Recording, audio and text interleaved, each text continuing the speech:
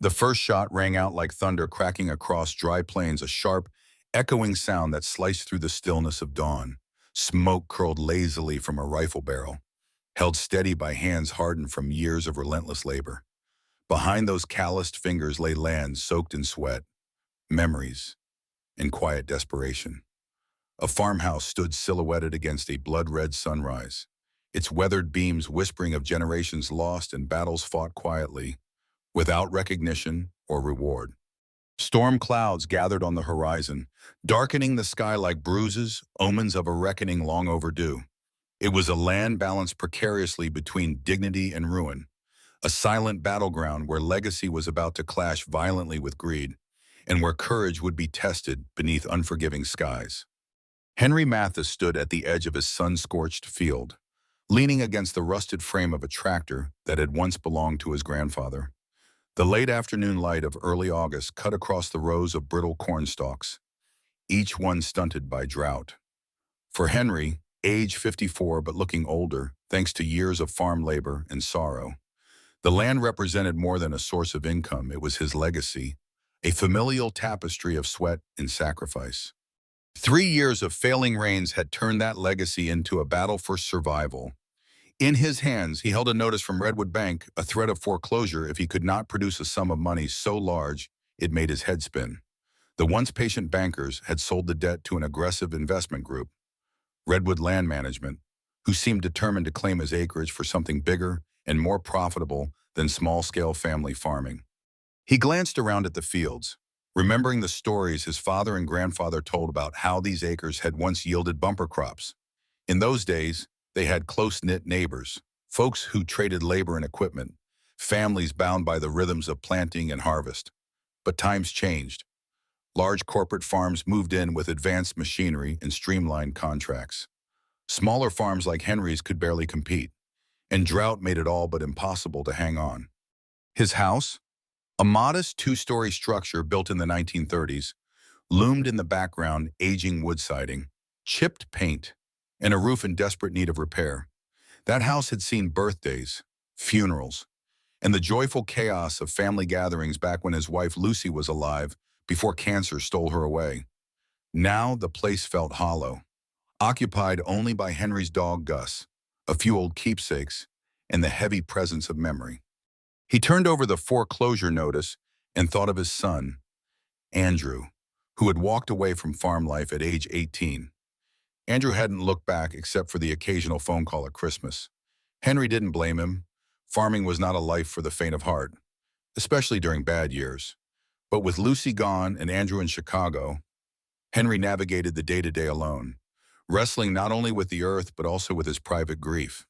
Some nights, sitting at the kitchen table, he missed the everyday banter that once gave him strength. Lucy had been the family's soul, her laughter, her stubborn positivity, and Andrew, though always restless, used to lend a hand without complaint. Now, father and son barely talked, and the farm was all Henry had left of them. As he trudged across the dry soil toward the barn, he heard the distant rumble of an engine on the gravel driveway. He wasn't expecting company. Salesmen and land surveyors occasionally wandered out this way, but they rarely came so close to sunset. Wiping sweat from his brow, Henry spotted a small SUV approaching slowly, kicking up clouds of dust in its wake. A fleeting thought sparked in him, Redwood Land Management, or some agent of the bank, here to hound him yet again. Bracing himself, he walked toward the vehicle, determined to send them away. But as the driver's door opened, Henry was met not by a banker or slick corporate rep, but by a petite woman in dusty boots who offered a polite nod and a soft greeting. He had no idea that this unexpected visitor, Anna Reyes, would soon unravel his fate in ways he could not have imagined. Anna Reyes stepped onto the gravel, instantly aware of the tension in the air. The farmhouse, the tired crops, and the stoic man approaching her all seemed perched on the edge of a silent crisis. She brushed back a loose strand of dark hair, secured in a messy ponytail, and reminded herself why she had come. Officially, she was on a personal retreat, planning to film nature footage for an independent project. Unofficially, she was running from a media scandal that had claimed a friend's life and tarnished her own once bright reputation. Anna had been a rising star in documentary filmmaking until her partner at a television network took his own life, leaving behind accusations of unethical practices. Unable to face the fallout, she'd packed her equipment into her SUV and driven west, searching for quiet streams and forest trails where she could rediscover her passion for storytelling without the glare of public scrutiny. Evening, she called, forcing a confident tone as the tall, middle-aged farmer approached. His features were worn but dignified deep lines around the eyes, a salt and pepper beard that suggested unyielding labor. "I'm Anna Reyes," she continued, extending a hand. "I was hoping I could camp on your property for a few days. The local map shows a stream running through. I'm filming natural water sources, sort of a personal project." Henry eyed her with suspicion, his gaze flicking to the camera equipment visible through the SUV's open door. "This ain't exactly a campground," he muttered, crossing his arms. Anna detected a guardedness that went beyond mere caution with strangers. Something heavier pressed down on him, though she couldn't name it yet. "I can pay you a small fee," she offered. "I have my own gear, so I won't be a bother." Henry considered. He was short on cash, no doubt, but he also didn't like outsiders. Still, she didn't look like trouble, just another city person with illusions about living off the land. After a moment, he said, $50 a night. There's a spot down by the creek if you want water close by." Relief washed over Anna's face. She'd expected a flat refusal. "That's fair," she replied quickly, tugging a small wad of bills from her wallet. "Thank you. And if you want references," he cut her off. "Don't need 'em. But no fires. And stay clear of the barns. Some of my gear's in rough shape, and I don't need liability issues." Anna gave him a polite nod. She could sense he was not one for idle chatter. So she simply said, "Understood," and walked toward her SUV to drive it closer to the creek. As she maneuvered her car, she glimpsed Henry returning to the barn with heavy steps. Something about his posture struck her as profoundly weary, like a man carrying more than the usual weight of daily chores. It reminded her, uncomfortably, of her own exhaustion, the kind that settles in your bones after a personal catastrophe. Little did she know, the next few days would force both of them to confront the burdens they carried and reveal hidden truths that would bind them together on a path neither had planned to walk. She was no longer just an outsider filming birds and streams. This farm would become a crucible for her own reckoning. Dusk settled in quickly, draping the tired land in a smoky purple glow. Anna parked by the creek, a narrow ribbon of water that seemed strangely vibrant compared to the parched fields surrounding it. She pitched her tent with practiced efficiency, having spent countless nights in remote locations for her previous documentaries. The air hummed with the last cicadas of the season, and the earthy scent of tilled soil lingered. Everything felt simultaneously peaceful and foreboding, as if the land itself was holding its breath. Once her campsite was ready, Anna stepped to the water's edge. The reflection of a waxing moon shimmered on the creek, its current carrying faint echoes of frogs croaking upstream. She crouched low, capturing a few test shots with a handheld camera. Though her original plan had been to avoid all mention of her past or any serious documentary subject, she found her senses alert to every detail. The dryness of the cornfields, the faint cracks in the earth near the creek's bank, the neglected equipment scattered by the barn, it all told a story. She wondered if Henry realized that everything around him was crying out for a voice. Eventually, Anna retreated to her tent to review the footage on her laptop. She had planned on filming only nature scenes, but she couldn't resist zooming in on glimpses of the barn and farmhouse in the distance, capturing their silhouettes against the twilight. As she scrolled through the clips, her mind wandered to the scandal she had fled, the documentary that revealed corruption at a major institution, the subsequent backlash, and the tragic suicide of her partner, someone who had known the moral cost of cutting corners for the sake of ratings. Anna still felt guilt gnawing at her, as if she could have prevented it somehow by being more vigilant, more courageous. Her thoughts were interrupted by the sound of an approaching vehicle. Poking her head from the tent, she saw headlights bouncing down the dirt path. It was Henry in a battered pickup truck, pulling up beside her tent. He got out, carrying a plastic container. Figured you might want some water that's safer to drink, he said gruffly, handing it to her. Creek water's okay for washing, but it's not exactly pure for drinking. She thanked him quietly. The kindness was unexpected. She had pegged him as too guarded for small favors. Also, he added, there's supposed to be a storm moving in tomorrow. Might get heavy. Just watch out for flooding by the creek. Anna felt a flicker of concern. Her campsite was close enough that a flash flood could pose a real risk. I'll keep an eye on it, she assured him. Thank you, Mr. Mathis. Henry nodded and paused, glancing at the camera equipment visible inside her tent. You're sure you're just filming the water? She hesitated, sensing his suspicion.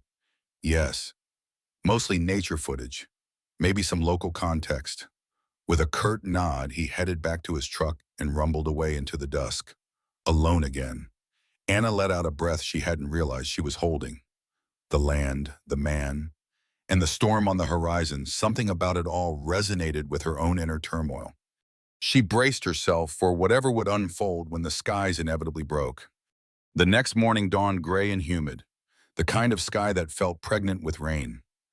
Anna woke early, drawn from uneasy sleep by the trill of a mockingbird and the subtle shift in barometric pressure.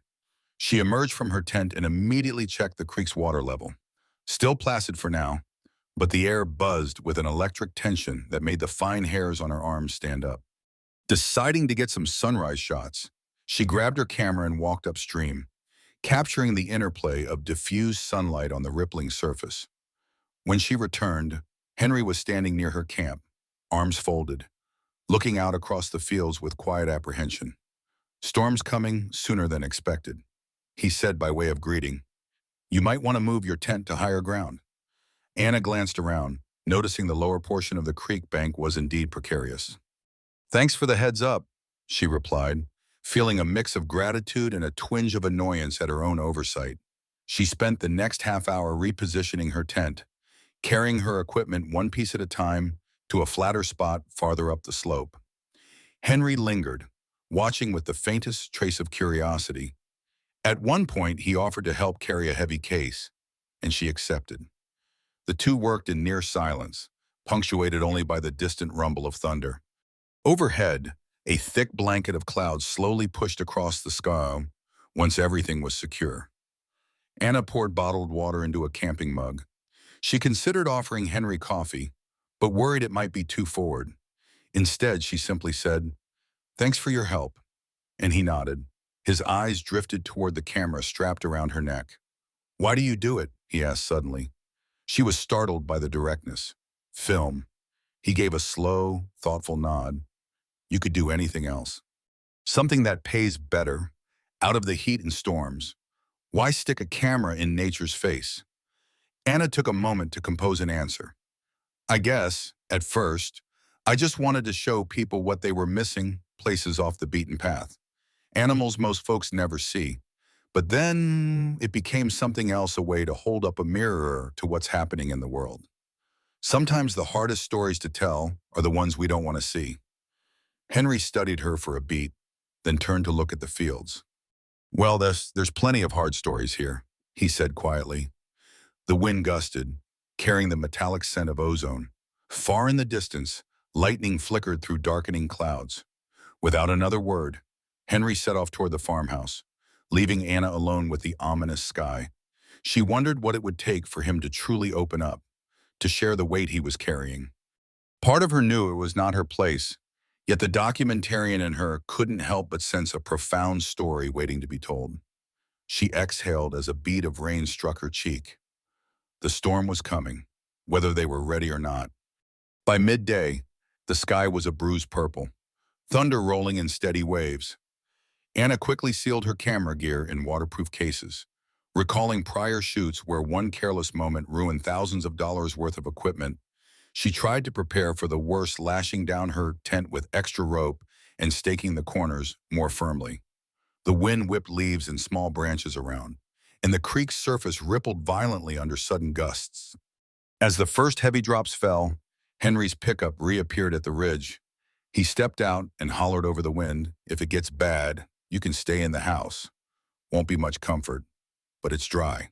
She appreciated the gesture but could see he was torn, possibly not wanting to invite a stranger into his personal refuge. Still, the sky crackled with lightning, the storm intensifying by the minute. She doubted her tent, even in its higher position, would remain a safe haven.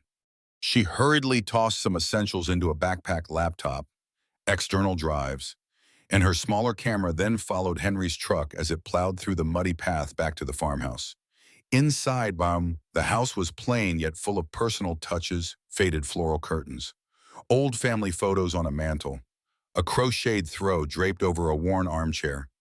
The living room lights flickered momentarily as the storm rattled the windows. Gus, Henry's aging hound, rested by the door, eyeing the newcomer warily. Anna removed her soaked windbreaker, offering Henry a quick thank you before he handed her a towel. "I'll show you to the spare room," he said, voice low. The house smelled of strong coffee and faint echoes of a cinnamon-scented candle, probably remnants from Lucy. Anna guessed. A short hallway led to a modest guest room, its bed neatly made with a patchwork quilt. She placed her gear carefully on a wooden chair, hearing the rain slam against the roof. Returning to the living area, she found Henry in the kitchen, ladling stew into 2 bowls. The overhead light flickered again, and she wondered if they might lose power. "Not fancy," he said, setting the bowls on the table. "But it's hot." Anna thanked him and sat down, the steam from the stew wafting in gentle clouds. For a moment, the storm outside felt distant as the warmth of a simple meal and the hum of the refrigerator enveloped her. Thunder boomed, and Anna jumped slightly. She noticed Henry's lips twitch in what might have been a subdued grin. "Storms don't usually scare me," she offered with a weak laugh, "but this one is intense." Henry nodded, concentrating on his food. Then, after a pause, he said, "They've been getting worse storms stronger, droughts longer. Feels like the land can't find its balance, and the bank's about done with me." He caught himself, as if revealing too much. But the words hung there, vulnerable and raw. Anna felt the weight of them, her instincts as a storyteller kicking in. She saw in Henry's half-averted eyes a man whose entire life teetered on the brink of collapse. Outside, rain pounded the windows, an echo of all the turmoil neither of them wanted to confess. Night fell, and with it came an onslaught of wind and rain that howled like an unearthly chorus around the farmhouse. Anna helped Henry gather flashlights and candles, anticipating a power outage. They checked the windows, bolstered by old towels to keep water from seeping in. In the flicker of occasional lightning, she glimpsed Henry's face tense but resolute, as if he'd weathered storms far greater than this. They spoke little, the roar of the weather all but drowning out ordinary conversation. At one point, Anna ventured to ask about the foreclosure, but Henry sidestepped the question. His pride, she gathered, was as deeply rooted as the farm's oldest oaks. Instead, he focused on the practical tasks at hand, tending to Gus, double-checking the generator in the barn. While he was gone, Anna paced the living room, eyes lingering on framed photographs Henry, younger and happier, standing beside a radiant woman Lucy, she assumed, then a teenage boy who had his father's height and serious expression. She wondered if that was Andrew, the son who'd left. When Henry returned, drenched from head to toe, he muttered something about the generator's fuel line needing repair. "Nothing I can do tonight," he said. "If the power goes, we just have to wait it out." Anna offered to help if there was anything else needed, but he shook his head. "Already done," he replied. "You should get some sleep if you can. Couch is yours. The guest room, too, if you prefer a bed." "Thank you," she said softly. "Henry, I really appreciate everything. You didn't have to let me in." He gave a non-committal shrug. "Nobody should be out in a storm like this," he said, before trudging upstairs, presumably to his own bedroom. Alone again, Anna sank onto the couch. She could feel a strange sensation blossoming in her chest, something akin to relief, but also guilt. She realized she was grateful for the simple humanity Henry had shown. It occurred to her that in all her recent struggles, she hadn't allowed herself to ask for or accept help. She had run away from the media scandal, from her own remorse, from any meaningful connection. But here, in a battered farmhouse under siege by storm winds, she couldn't run, nor did she want to. Lightning illuminated the room for an instant, revealing the photograph of Lucy again. The woman in the picture looked so warm, so full of life. Anna wondered what she had been like. Did she share Henry's stoicism, or had she been the chatterbox? The heart of the home, thunder shook the walls, and somewhere upstairs a door slammed from the wind's force. Anna tucked herself under the quilt, each gust beyond the walls reminding her of the uncertain world she had left behind. The farm felt like a realm out of time, a place teetering on the edge of ruin yet still pulsing with the remnants of a love story. Closing her eyes, she drifted into uneasy sleep, lulled by the storm's relentless cadence and haunted by the sense that her own tempest was far from over. By dawn, the storm had passed, leaving a hush across the farmland. Anna awoke to an eerie calm, the house saturated with dim morning light. She peeked out the window and saw debris scattered across the yard branches, pieces of roofing and broken fence rails. The fields, already battered by drought, looked even more forlorn under the weight of storm runoff pooling in low spots. Pulling on a sweater, Anna ventured outside to assess the damage. Henry was already there, wearing a battered cap and muddy boots, working to clear fallen limbs from the driveway. Gus trailed behind him like a faithful shadow. The storm's violence had ripped a portion of the barn's roof clean off. Shards of corrugated metal lay bent around the property. Anna approached cautiously, not wanting to intrude but feeling compelled to help. "Anything I can do?" she asked. Arms folded against the morning chill. He paused, scanning the yard. "Couple of tarps in the barn. We need to cover that hole before the next rain. You mind fetching them?" She agreed, stepping into the barn's half-light. Dust motes swirled in the beams of sun that stabbed through the damaged roof. Rusted tools hung on nails driven into wooden beams, each one telling a story of seasons past. She found the tarps rolled up near a stack of hay bales. Dragging them out, she realized just how heavy they were, but adrenaline fueled her steps. Back outside, they worked together, Henry on the ladder, Anna handing him nails, rope, and the tarp corners. The process was precarious. Twice, the ladder wobbled, and Anna steadied it while Henry grunted in frustration. As they toiled, the sun rose higher, burning off the last remnants of storm cloud. By noon, a patchwork covering was in place, though it looked far from perfect. Henry climbed down, wiping sweat from his brow. "It'll hold for now," he said. "I'll need a proper repair soon, but at least the hay won't get soaked." Anna nodded, her arms aching. She had documented floods and hurricanes before, but always with a lens between her and the chaos, rarely stepping into physical labor. This felt strangely grounding. She glanced at Henry, wondering if he was grateful or just tolerating her presence. His face remained guarded, yet he hadn't turned her away. They paused for a lunch break inside the barn's entrance, where Henry produced a thermos of coffee and 2 tin cups. They drank in silence for a while. Eventually, when Anna summoned the courage to broach the subject again, the state of the farm, and whether it could be saved. "I saw the papers on your kitchen table," she admitted softly. "The foreclosure notice, I wasn't snooping, but it was there. Is there anything you can do?" He stared at her, face hardening. "Ain't your business," he finally said, but the rancor in his voice was tempered by resignation. "Truth is, Redwood Land Management wants this place. They're pushing the bank to foreclose so they can come in and do who knows what with the water rights." He looked away. "I'm behind on payments. There's no denying. Unless a miracle happens, I'll lose the farm." Anna listened intently as Henry's words hung in the dusty air. She sipped the last of her coffee, feeling the bitterness coat her tongue. "I'm sorry," she said, feeling the weight of how inadequate that sounded. Her chest tightened with the urge to help, despite barely knowing the man. After all, wasn't helping the powerless precisely why she became a documentarian? But she also knew that offering pity or unsolicited solutions might only harden his walls. "So," she asked gently, "how long do you have, 60 days?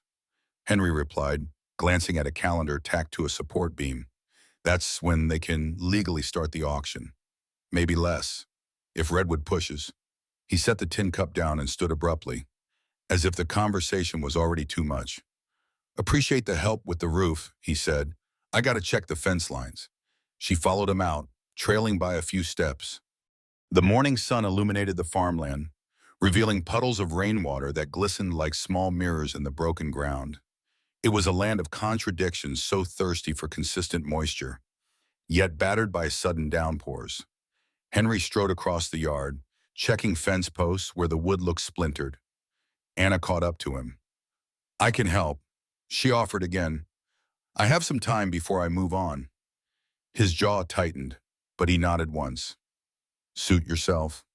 They spent the next hour driving along the perimeter in his pickup, stopping every so often where fallen branches had taken out sections of wire. At each stop, Anna grabbed the spare fencing supplies while Henry hammered nails and secured posts. Through the open windows, she recorded audio with a small device, capturing the natural sound of farmland in post-storm disarray. She wasn't sure why she did it, maybe just a reflex of her profession. Or maybe she wanted to bottle the rawness of this moment, the sense of a life on the brink. It was after they finished mending the last braid that Henry, breathing heavily, leaned against the post and stared out across the rolling terrain. My dad used to say the land was part of our blood, he said, voice subdued. He fought so hard to keep it going through rough times. Part of me feels like I'm betraying him just thinking about letting it go. Anna placed a hand on his shoulder, hesitant yet earnest. Farms like yours are more than property, she said. They're living histories. It's not a betrayal if circumstances forced your hand. Henry's gaze flicked to her, a mixture of gratitude and sadness in his eyes. He opened his mouth as if to speak, then closed it. The rumble of thunder in the far distance broke the spell. Another storm seemed to be brewing. We should get back, he muttered, pushing off the post. As he turned to the truck, Anna felt a surge of resolve. She had fled her own past. But here was a chance maybe her skill with storytelling could do some good, if only Henry would let her. With the sky growing dark again, they drove back in a tense, thoughtful silence, each lost in private questions about whether this farm could be sold and at what cost. As evening fell, Anna found herself uploading the day's footage onto her laptop in the farmhouse kitchen. Henry had retreated upstairs, perhaps to tidy up or to give himself space. A single light bulb buzzed overhead, casting a warm glow on the faded tiles and oak cabinets. The house was silent except for the low hum of the refrigerator and the soft snores of Gus, who lay sprawled near the back door. Scrolling through those raw clips, Anna noticed something remarkable, the tension in Henry's face every time he talked about the land, the heartbreak in his eyes when he surveyed the damage. She felt a pang of conscience. Documenting someone's pain was always a delicate matter. Hadn't she learned that the hard way? Yet something about Henry's struggle felt essential to capture. So many family farms were on the brink, overshadowed by mega corporations and hammered by climate extremes. A story like this, if told honestly, could resonate with countless people who had no idea what small farmers endured. She plugged in her microphone, intending to record some notes. But before she could begin, footsteps sounded on the stairs. Henry appeared, arms crossed.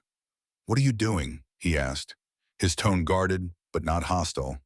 She swallowed, then lifted the mic slightly. Just making an audio log my observations. I do it routinely. Helps me keep track of my footage and thoughts. He shifted uneasily. You said you were just filming nature, he reminded her. Anna closed her eyes briefly, then nodded. I did. But after seeing what you're going through, I think no. I feel it might be worth sharing. People need to see how hard it is for someone like you to keep a farm afloat. She paused, gauging his reaction. I'm not saying it would fix things, she added softly, but it could shine a light, maybe stir public support. And Redwood Land Management might not like that kind of attention. Henry's jaw worked side to side. I'm not looking for a pity party, he snapped. She offered a gentle smile. I understand, but I've seen documentaries change outcomes. At the very least, they change perceptions. And if Redwood is playing dirty, maybe public awareness can help. She could see him wrestle with the idea. For a man used to self-reliance, admitting the need for outside help must have felt like humiliation. Finally, Tishy, Henry exhaled. Let me think on it, he said. Anna gave a small nod. That was all she could ask for now. She disconnected the microphone, feeling her nerves settle. I'm going to step out for some air, she said, heading to the porch. He didn't try to stop her. Outside, the night sky was a tapestry of stars, freed from the storm clouds that had dominated earlier. A gentle breeze rustled the leaves, and Anna inhaled the fresh scent of wet earth. Pulling her sweater tighter, she looked out toward the distant silhouettes of the fields. In the quiet darkness, she felt the first real spark of purpose she had experienced in months. Perhaps this was where she could begin to rebuild, helping Henry, while atoning for the guilt she still carried from her own past. For the first time, she believed she might turn her camera towards something redemptive, rather than the next sensational revelation. 2 days later, the weather stabilized into a pattern of muggy heat, the sun baking the soggy fields until steam seemed to rise from the soil. Anna remained on the farm, with Henry's reluctant blessing. She helped mend fences, fed the chickens, and even attempted to fix a section of rusted gutter along the side of the house. At first, Henry remained distant, leaving her to her own devices while he tackled the endless chores. But each evening, as they sat at the kitchen table, an unspoken camaraderie formed between them. On the third morning, she found him in the barn, rummaging through a large wooden chest. Hand me that wrench, he said, pointing to a shelf overhead.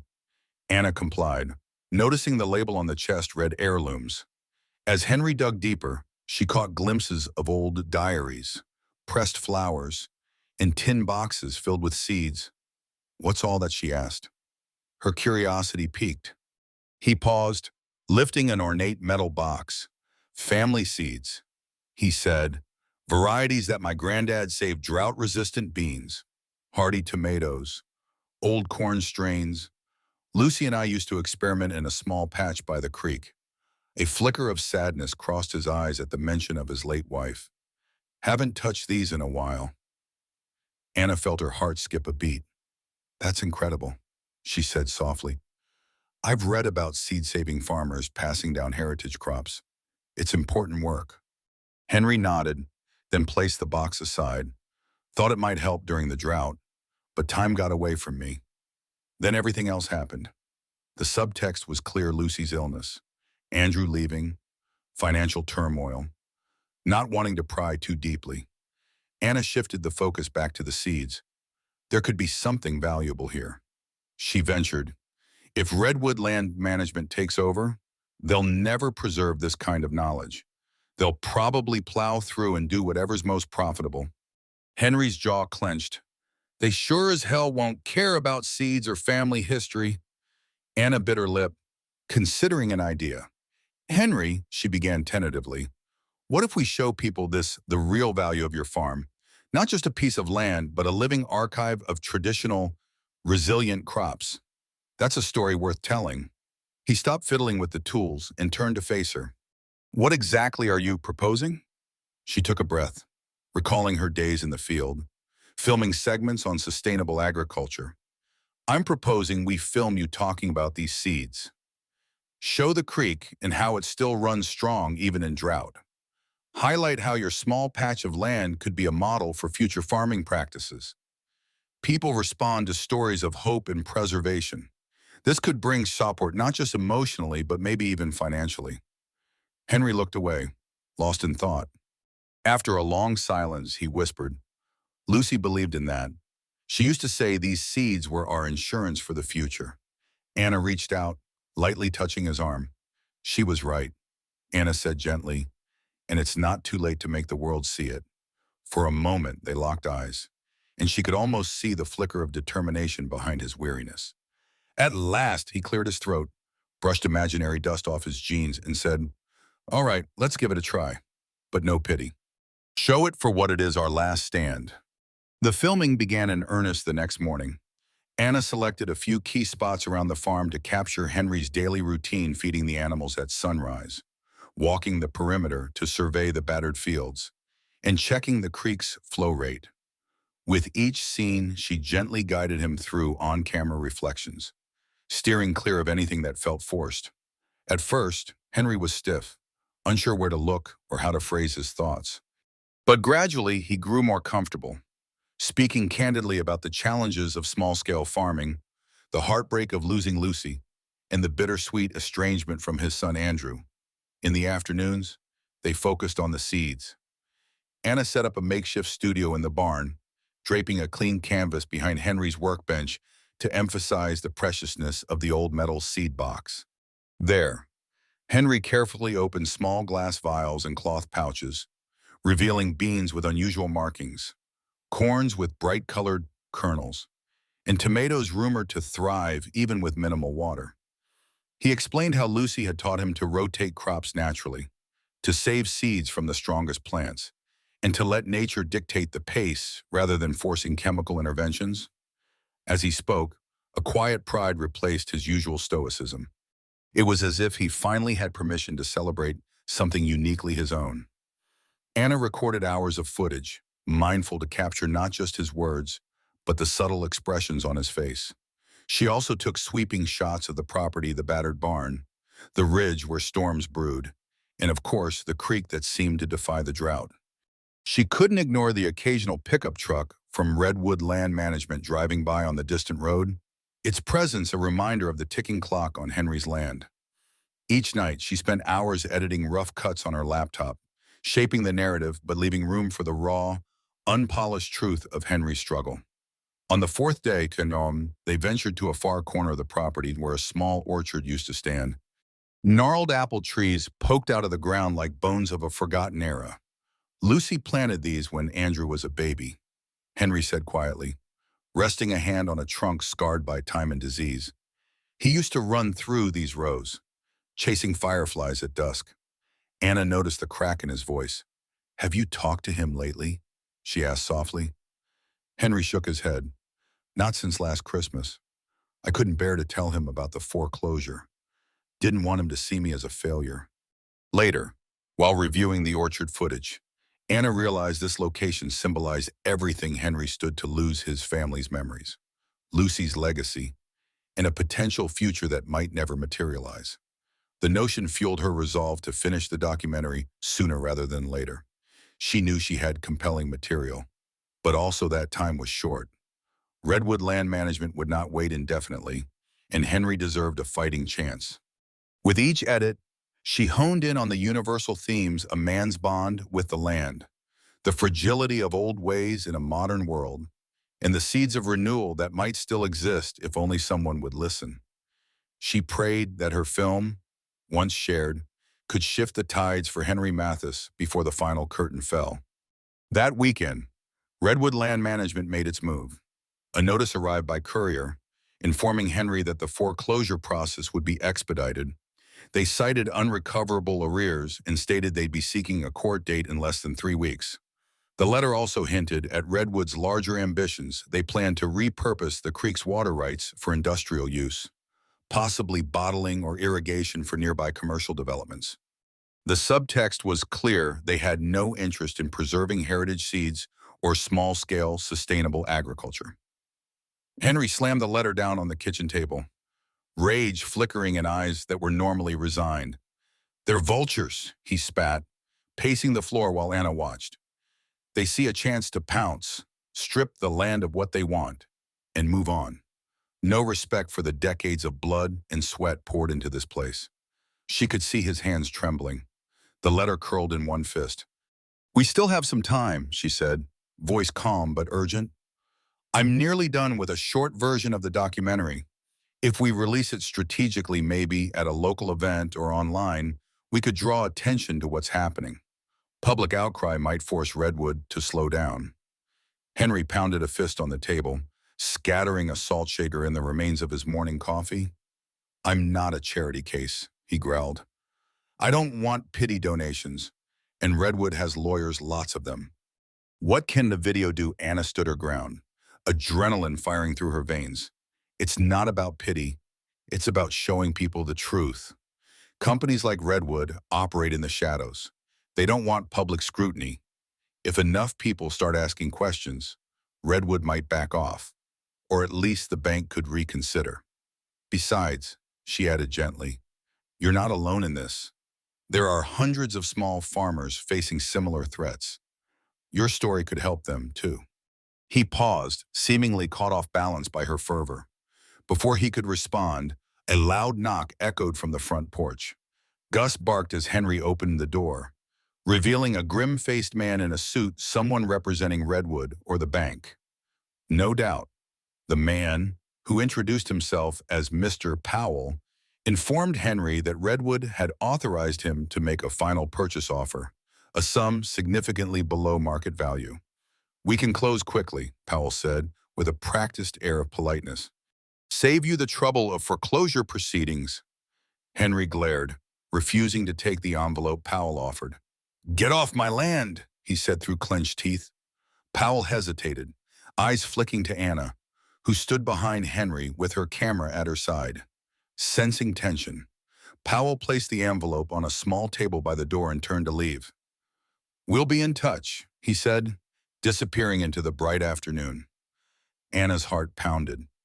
She had captured parts of the exchange on film, her instincts guiding her to record discreetly. Henry exhaled a shaky breath, slammed the door, and turned to her. Fine, he muttered, voice hoarse. We do this.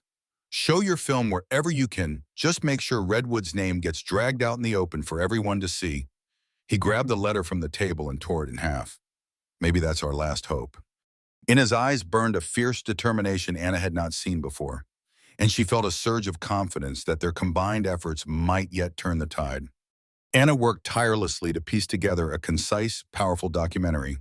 She chose a simple title, Seeds of Hope, and crafted a narrative way that interwove Henry's personal struggles with the broader issues facing small farmers across the country. The footage included sweeping aerial shots of the cracked land, close-ups of heritage seeds in their vibrant colors, and candid interviews with Henry, speaking plainly about his love for the farm and his frustration at its impending loss. She spliced in short, expert interviews she'd accumulated over her career, an agronomist explaining the importance of biodiverse seed strains, a climate scientist warning of more extreme weather, and a local historian discussing the vanishing legacy of family farms. She posted a short teaser on social media, urging people to attend a community screening at the nearest town hall. Word spread faster than she anticipated. Local advocacy groups caught wind and joined forces, turning the screening into a mini-event with flyers, potluck food tables, and even a local news crew eager for a human interest piece. Henry was reluctant to appear in public. His pride bristled at the idea of asking for help in front of neighbors and strangers. But Anna convinced him that his presence was crucial. You're the heart of this story, she said. If people hear it from you directly, they'll care. On the day of the screening, Henry wore his best shirt, which was still wrinkled but decent. Anna hurried around, setting up a projector and sound system, aided by a handful of volunteers.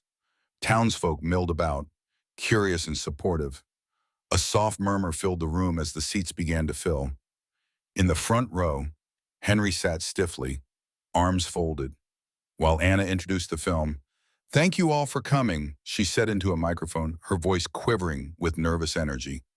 This documentary started as a simple nature project, but I discovered a story that matters to every family who cares about the food we eat and the land we share. The lights dimmed, and the film began. Scenes of Henry's worn hands planting seeds, Lucy's old orchard, and the battered barn flickered across the screen. A hush fell over the crowd, punctuated by the occasional gasp when Redwood Land Management's menacing role was shown. There was a poignant moment with Henry speaking about Lucy, recalling how she taught him that seeds were like hope in your pocket. By the end, tears glistened in more than a few eyes. When the lights came up, the applause was instantaneous. Henry looked stunned, swallowing hard as neighbors approached to shake his hand, offering words of encouragement. A local farmers market organizer pledged to help him sell produce at a premium price if he could manage another season. The town's mayor, who rarely took stands on private business matters, publicly chastised Redwood for overreaching. Some audience members asked if a GoFundMe campaign or community fundraiser could be set up.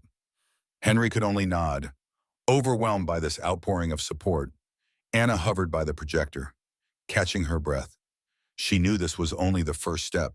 Redwood was well-funded and aggressive. Yet tonight she witnessed a crack in the corporation's facade. Ordinary people, armed with knowledge and compassion, could shift the narrative. As Henry stood among well-wishers, his expression moved from disbelief to a cautious spark of hope. In that moment, Anna realized the power of a story well told and the profound courage it takes to share it. Word of the screening spread beyond the small town.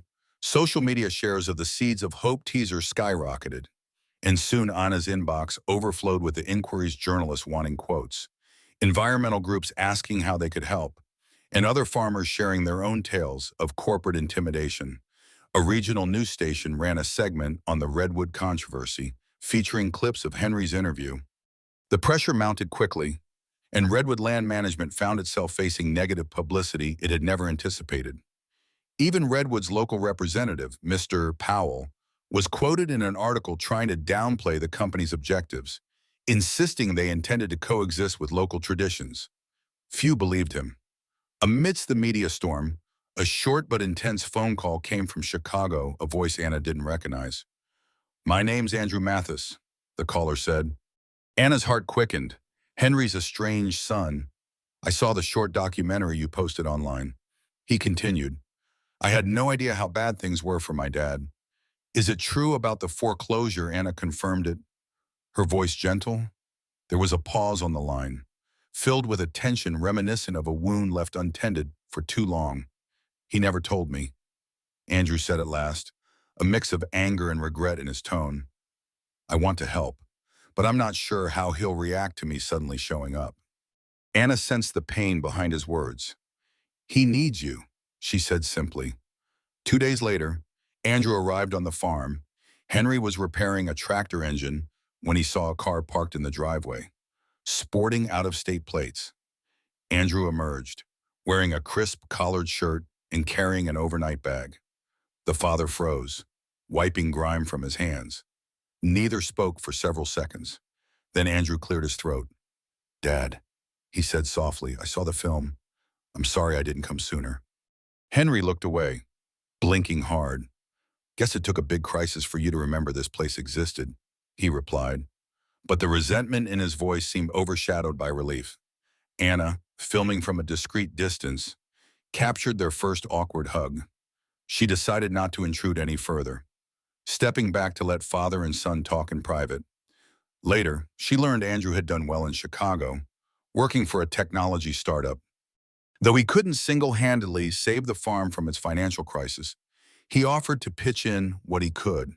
More importantly, Andrew promised to speak publicly on his father's behalf. He had connections in city circles that might galvanize more significant support. The next afternoon, Redwood Land Management staged a counteroffensive. Their lawyers sent cease and desist letters accusing Anna of defamation and warning that Redwood would pursue legal action if she continued spreading misinformation. Undeterred, Anna and Henry expanded their fight. Supporters launched a crowdfunding campaign online, titled "Save the Mathis Farm," which raised money more quickly than anyone expected. Henry was flooded with phone calls, some from strangers living hundreds of miles away, offering small donations or simply words of encouragement. On top of that, an environmental nonprofit offered to help Henry apply for a grant to preserve heritage seeds, citing their importance in climate-resistant agriculture. Through it all, Andrew remained on the farm, bridging the gap between city resources and rural realities. He accompanied Henry to a meeting with Redwood's lawyers, where father and son presented a united front, refusing any lowball buyout and highlighting the negative PR Redwood would suffer if they persisted. Redwood's legal team left with furrowed brows, suddenly aware that they were no longer dealing with an isolated farmer. The tides were turning, and Redwood, once an unstoppable force, began to flinch under the glare of public opinion. A month later, the farm bore signs of new life, though the foreclosure process hadn't been formally canceled. Redwood Bank, now under intense scrutiny, agreed to renegotiate. The final settlement wasn't everything Henry wanted. He'd still carry debt, but it granted him more time and better terms, enough to potentially stabilize the farm. More importantly, The seeds that he and Lucy had lovingly preserved began to sprout in raised garden beds near the creek. Anna captured stunning footage of bright seedlings emerging from the soil, each leaf a testament to the power of resilience and hope. The culminating victory came when a coalition of environmental groups, along with a philanthropic foundation inspired by Anna's documentary, contributed funds to establish a pilot project on the Mathis farm. Officially titled the Heritage Seed and Water Preservation Initiative, the project aimed to showcase how small-scale farms could thrive in the face of climate challenges without selling out to corporate interests. Andrew announced he would remain in the area indefinitely, working remotely and helping his father manage the new initiative. Their once frayed relationship found a renewed sense of purpose, each learning how to speak to the other again without the weight of unresolved blame. On a crisp morning, Anna filmed a final sequence, Henry standing beside Andrew by the orchard Lucy had planted, the old apple trees still leaning in silent witness. This time, new saplings dotted the rows, bred from heritage varieties known for their resilience. Henry spoke directly to the camera, his words steady and introspective. "I thought I was alone," he said. "I thought nobody cared if this land dried up and blew away. But I've learned that sometimes it takes speaking out to find your allies. We don't have all the answers, but we're willing to try. That's farming. Put a seed in the ground, give it your best, and trust that something good will grow." Anna ended the recording, her eyes misting. She had come here to escape her own ghosts, never expecting to uncover a story of heartbreak and rebirth. In helping Henry, she discovered her own reason to keep filming, to stand for something greater than sensational headlines. That evening, as the sun cast long golden shadows over the fields, they held a modest gathering at the farmhouse. Neighbors, local supporters, and even a few out-of-towners arrived, sharing casseroles and bones, raising glasses in a simple toast. Laughter rang out where once there was only silence. Andrew tinkered with an old record player Lucy had kept. Soon, a classic country tune filled the living room. Henry tried to suppress a grin, failing as he joined the crowd. Anna perched on a windowsill, filming just enough to capture the magic without intruding. She realized this was the real ending, not the triumphant corporate defeat or the official grants, but the small, precious moments of unity and belonging. 3 days later, Anna packed her SUV to leave. Henry and Andrew walked her to the driveway. "I guess we owe you," Henry said, his eyes full of genuine gratitude. She shook her head. "You don't owe me a thing. Thank you for trusting me with your story." A final wave, a swirl of dust on the road, and she was gone off to wherever her camera and heart would next guide her. Behind her, the Mathis farm stood under a broad Midwestern sky. No longer a place of quiet resignation, but a living testament that from desperate soil, seeds of hope and renewal could still thrive. In the end, the land endured scarred but unbroken, quietly carrying the memories of struggle and sacrifice. Fields once parched now sprouted new life, rooted deeply in courage and resilience. The farmhouse, weathered by countless storms, stood firm, a silent guardian of stories passed from one generation to the next. Yet victory did not come without a price, pride tempered by humility, trust built painfully from fragments of broken relationships, and a hard-earned understanding that true strength is sometimes found in the willingness to accept help. As the dust settled, one truth lingered: battles worth fighting often begin quietly, hidden behind the quiet dignity of those who refuse to surrender. The seeds planted today would echo into tomorrow, a gentle reminder of how fragile yet powerful hope can be. Now, Isamban, as the sun dips beyond the horizon, casting long shadows across fields renewed, we pause to wonder when your own storm comes. What will you fight to protect, and who will stand beside you?